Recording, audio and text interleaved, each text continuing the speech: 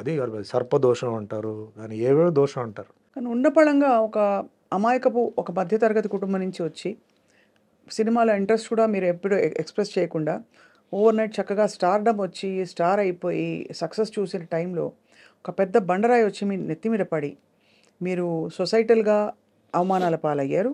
మీ గురించి రకరకాల మాటలన్నారు. ఇంట్లో కుటుంబంలో ఇబ్బంది అమ్మగారికి. ఆవిడని చూడలేక మీకు మళ్ళీ ఇబ్బంది. ఎవరితో చెప్పాలి? సంజాయిషి చెప్పాలా? జనానికి చెప్పాలా? ఇవన్నీ ఉంటాయి కదా సార్! ఎలా హ్యాండిల్ చేసుకున్నారు మీరలా? భగవంతుడండి. భగవంతుడిని నమ్ముకున్నాను. My conscience was clear. నేను జైల్లో ఉన్నప్పుడు కూడా మై కాన్షియన్స్ వాస్ క్లియర్.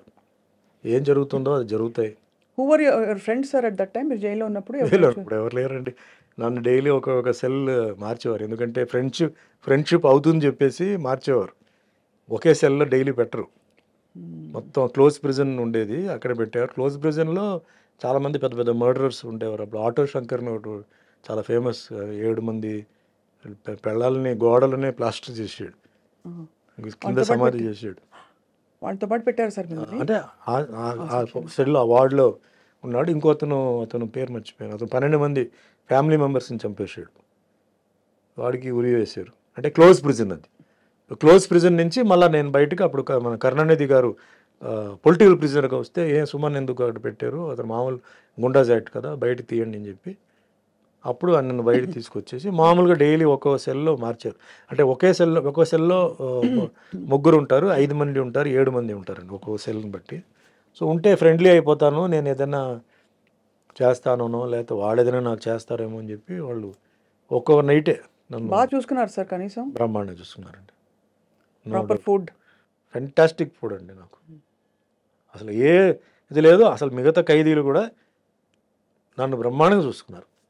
నన్ను ఎక్కడ ఒక్క సెకండ్ కూడా నా మైండ్ ఎక్కడన్నా ఇదవ్వకుండా బ్రహ్మాండంగా చూసుకున్నారు అనమాట. సో వాళ్ళ కథలు అన్నీ వినేటప్పుడు అంతా చాలా ఇంట్రెస్టింగ్గా అయినాయి.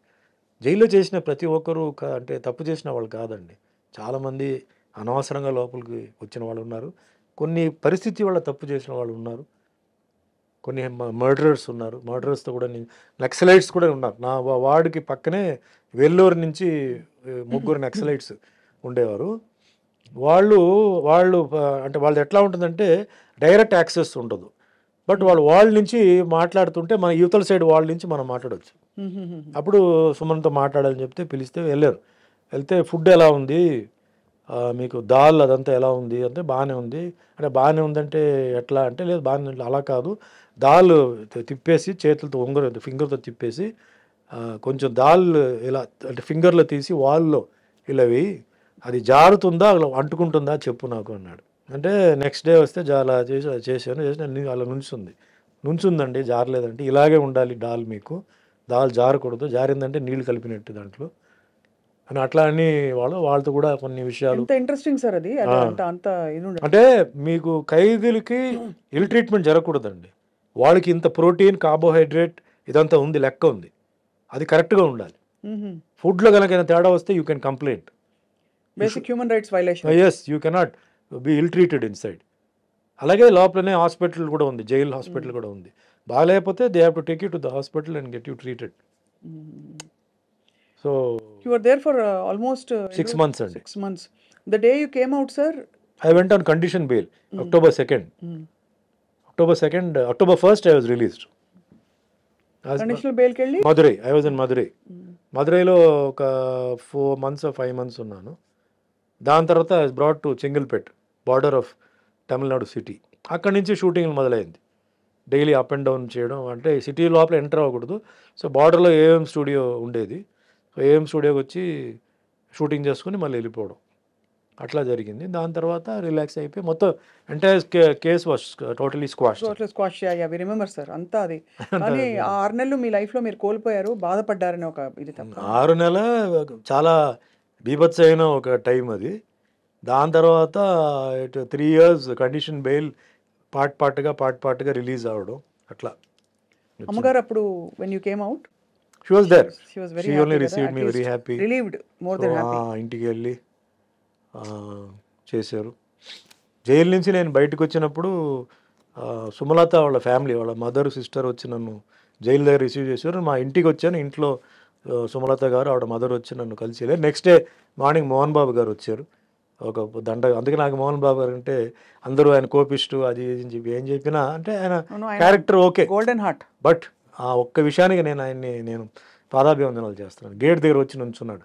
నేను ఎవరిని కలవడానికి ఇష్టం లేదంటే మా అమ్మగారు చెప్పారు, లేదు మోహన్ బాబు వచ్చున్నారు లోపల పిలువ అంటే, సరే గేట్ తీయని వచ్చి నాకు పూలదండ వేసి షిరిడి సాయిబాబా ఆశీర్వాదాలతో మళ్ళీ నువ్వు సినిమా ఇండస్ట్రీలో రావాలి సుమన్, మళ్ళీ నువ్వు వస్తావు, బాబా బ్లెస్సింగ్స్ ఉంది, డెఫినెట్గా నువ్వు వస్తావు, నువ్వు ఏం భయపడొద్దు, నీ సీట్ నీకే వస్తుంది చెప్పి అంటే ఒక ధైర్యం చెప్పేసి పాపం వెళ్ళాడు. ఎందుకు రావాలి ఆ మనిషి, బట్ వచ్చారు పాప ఆయన. సో అందుకే నాకు ఆయన నా గురించి తిట్టినా తిట్టకపోయినా ఏం చేసినా అంటే మనిషి అంటే క్యారెక్టర్ అలాంటి క్యారెక్టర్, అది కొంచెం ఓపెన్గా మాట్లాడతాడు, రఫ్ అండ్ టఫ్గా మాట్లాడతాడు. ఆ ఒక్క విషయానికి నేను ఐ అప్రిషియేట్, నాకు ఐ నెవర్ ఫర్గెట్ దట్.